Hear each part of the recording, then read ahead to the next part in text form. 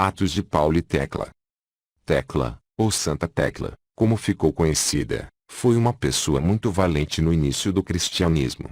O apócrifo que conta os seus atos levou o nome de Atos de Paulo e Tecla.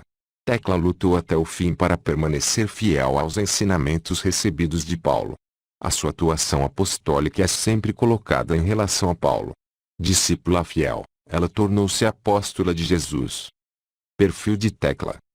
Nome e perfil. Tecla tornou-se discípula de Paulo, quando este passou por Icônio, possivelmente no ano 48 da Era Comum, ou era cristã, era noiva de um tal de Tamiro, a quem ela abandonou para seguir Paulo. Nascimento, filha de Teocleia, Tecla nasceu na cidade de Icônio. Estado civil, já de casamento marcado com Tamiro, Tecla, tornando-se discípula de Paulo, manteve-se solteira e virgem consagrada. Morte, mesmo sendo condenada ao martírio, Tecla sobreviveu miraculosamente e depois morreu repousando num glorioso sono. Principais feitos apostólicos narrados nos apócrifos.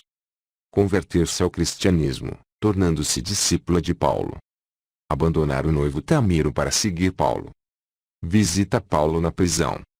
Viajou com Paulo para Tessalônica. Enfrenta em praça pública Alexandre, que havia se apaixonado por ela, arrancando-lhe a coroa e rasgando sua capa.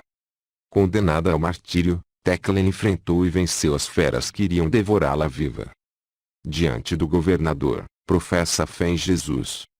Batiza a si mesma. Prega a palavra de Deus em Icônio e Seleucia.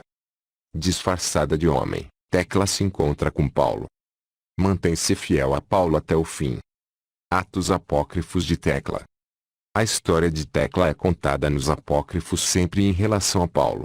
A piedade popular conservou esta história de fé, num misto de magia e devoção. Tecla, apóstola da primeira hora do cristianismo. Assim como Paulo, ela não conheceu Jesus. Tecla se deixa seduzir por Paulo. Atos apócrifos de Paulo e Tecla conta que quando Paulo passou por Icônio, cidade de Tecla, ela ficou sentada no pé da janela vizinha de sua casa, escutando noite e dia a sua pregação. Aí ela permaneceu 3 dias e 3 noites, sem beber e sem comer. Sua mãe, Teocleia, mandou chamar o seu noivo Tamiro. Este, ansioso por ver Tecla, apressou-se a vir. Onde está, a minha Tecla, para que eu possa vê-la? Exclamou. Teocleia acusou Paulo de seduzir as virgens da cidade com a sua pregação. Ela disse que Tecla estava apaixonada pelo estrangeiro Paulo. Como aranha na janela, fascinada pelas suas palavras, está dominada por um desejo e uma terrível paixão, disse Teocleia. Tecla visita Paulo na prisão.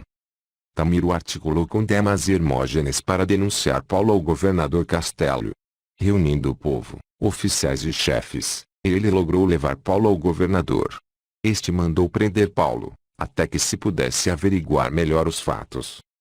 Sabendo do ocorrido, Tecla foge, à noite, de sua casa, suborna o porteiro e o carcereiro da prisão com pulseiras e espelho de prata, para encontrar-se com Paulo. E ali, ela permaneceu sentada, ouvindo a pregação de Paulo. Tecla foi levada ao governador e permanece em silêncio. A visita de Tecla a Paulo na prisão, teve como consequência a flagelação e a expulsão de Paulo de Icônio. Atos de Paulo e Tecla relata que o governador ordenou que Paulo comparecesse perante o tribunal. Mas Tecla estava parafusada no lugar onde Paulo havia sentado na prisão. E o governador ordenou que ela também fosse levada ao tribunal e ela foi com uma alegria imensa. E quando Paulo compareceu no tribunal, as multidões gritavam violentamente: "É um bruxo! Fora daqui!" Mas o governador escutou alegremente Paulo falando das obras santas de Cristo. Depois de conferir com o seu conselho, ele intimou Tecla e disse: "Por que não casas com Tamiro segundo as leis de Icônio?"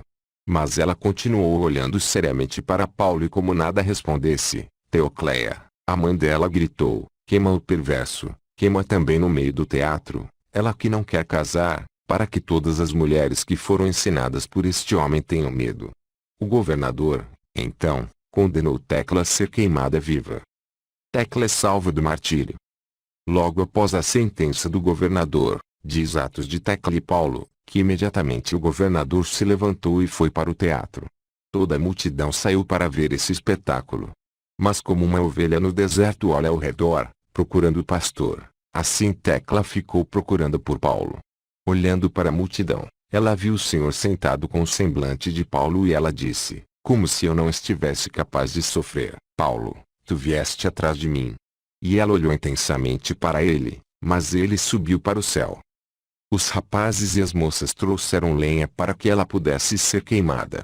Mas quando ela apareceu nua, o governador chorou e admirou o poder que estava nela. Os algozes prepararam a lenha e mandaram ela subir na pilha. Ela fez o sinal da cruz e subiu na pilha. Acenderam o fogo e, se bem que um grande fogo se alastrasse, não atingiu. Deus, tendo compaixão dela, provocou um ruído no subsolo e uma nuvem carregada de água e granizo cobriu o teatro por cima e derramou de vez, de maneira que muitos ficaram em perigo de morte. O fogo foi apagado e Tecla se salva. Tecla se encontra com Paulo e pede para segui-lo e ser batizada. Tecla saiu dali e encontrou-se com um dos filhos de Onesífero, que tinha ido à cidade para comprar pão para Paulo e sua família, que havia fugido com Paulo de Icônio para Dáfne. O menino levou Tecla para encontrar-se com Paulo. Ela o encontrou rezando em um túmulo, pela libertação de Tecla. Ambos se alegraram pelo ocorrido. Ali mesmo, eles celebraram a Eucaristia. Tecla quis cortar os cabelos para seguir Paulo, mas ele não permitiu, dizendo que ela era muito bonita e que ainda podia se apaixonar por outro homem.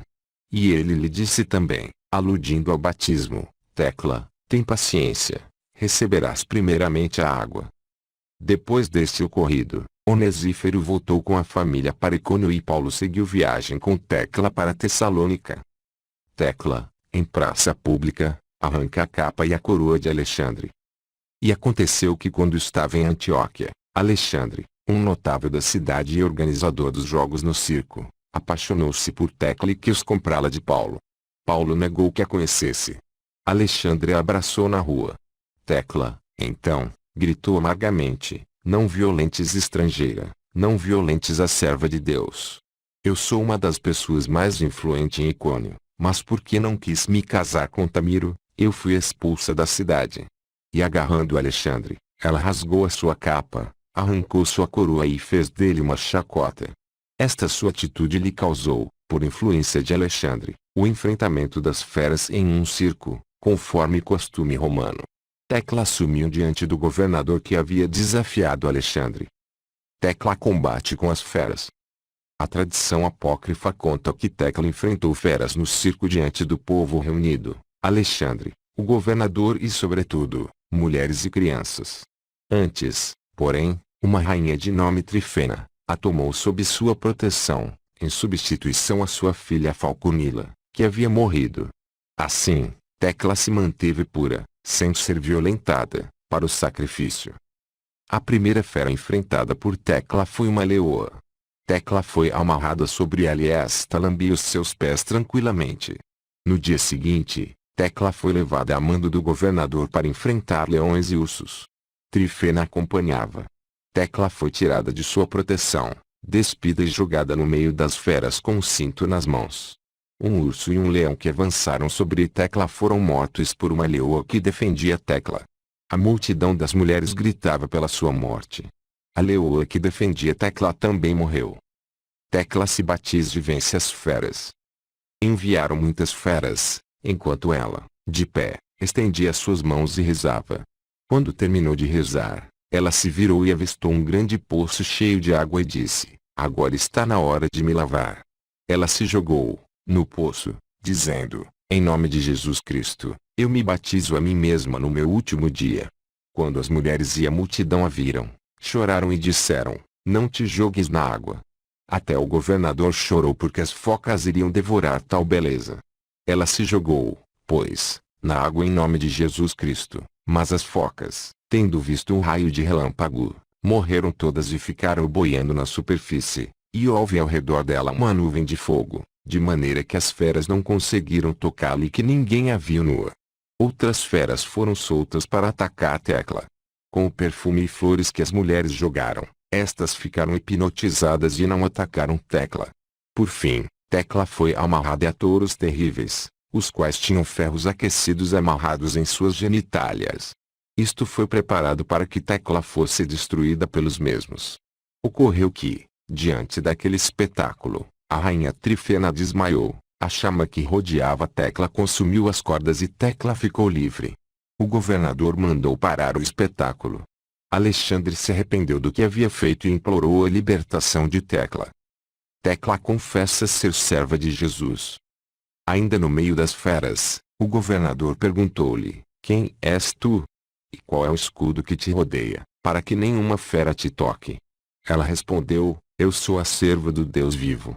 Quanto ao que me rodeia, eu acredito no Filho de Deus no qual ele se compraz. É por isso que nenhuma dessas feras me tocou, pois somente ele é a plenitude da salvação e o alicerce de vida eterna. Pois ele é o refúgio dos naufragados, a consolação dos oprimidos, o amparo para o desesperado. Por isso mesmo, quem não acreditar nele não viverá, mas morrerá para sempre. Quando o governador ouviu aquilo, ele mandou que roupas fossem trazidas e lhe disse: vestes estas roupas? Mas ela respondeu: aquele que me vestiu quando estava nua no meio das feras, vestir-me-á com a salvação no dia do julgamento. Após este diálogo, Tecla se vestiu. O governador publicou um decreto soltando Tecla. As mulheres da cidade gritaram louvando Deus por este ocorrido. Tecla prega a palavra de Deus. Sabendo que Tecla fora libertada, Trifena, com uma multidão, foi encontrar-se com Tecla. Ela proclamou fé na ressurreição, acolheu Tecla em sua casa e lhe prometeu passar os seus bens. Tecla ficou ali 8 dias. Pregou a palavra de Deus. Muitas empregadas se converteram. Tecla, em traje masculino, encontra-se com Paulo. Sabendo que Paulo estava em Mira, Tecla vestiu uma capa que a fez parecer homem. Reuniu rapazes e moças e foi ter com Paulo. Quando este a viu com homens, pensou que uma nova tentação teria caído sobre ela. Tecla lhe disse que havia recebido o batismo. Paulo a conduziu para a casa de Hermias e ouviu a sua história. Tecla havia levado roupas e ouro, oferecidos por Trifena. Ela os deixou com Paulo. Tecla prega em Icônio. Após o encontro com Paulo, Tecla foi para Icônio pregar a palavra de Deus. Em Icônio, ela ficou na casa de Onesíforo. Ela prostrou-se sobre o lugar onde Paulo havia sentado e ensinado a palavra de Deus. Ela gritou: meu Deus e Deus desta casa onde a luz brilhou sobre mim, Jesus Cristo, Filho de Deus, meu Salvador na prisão, meu Salvador perante o governador, meu Salvador no fogo, meu Salvador no meio das feras, só tu és Deus, a ti a glória para todo sempre. Amém. Tecla repousou num glorioso sono. Quando Tecla estava em Icônio, ela se deu conta que Tamiro, seu antigo noivo, havia morrido. Encontrando viva sua mãe, Tecla disse: Teocleia, minha mãe, podes acreditar que o Senhor vive no céu? Pois se desejas riquezas, o Senhor te darás por mim, mas se desejas tua filha, eis que estou aqui ao teu lado. E a vida de Tecla, narrada em Atos de Paulo e Tecla, termina afirmando que, tendo assim dado o seu testemunho, ela se dirigiu para Seleucia e iluminou a muitos pela palavra de Deus. Depois repousou num glorioso sono. Fim.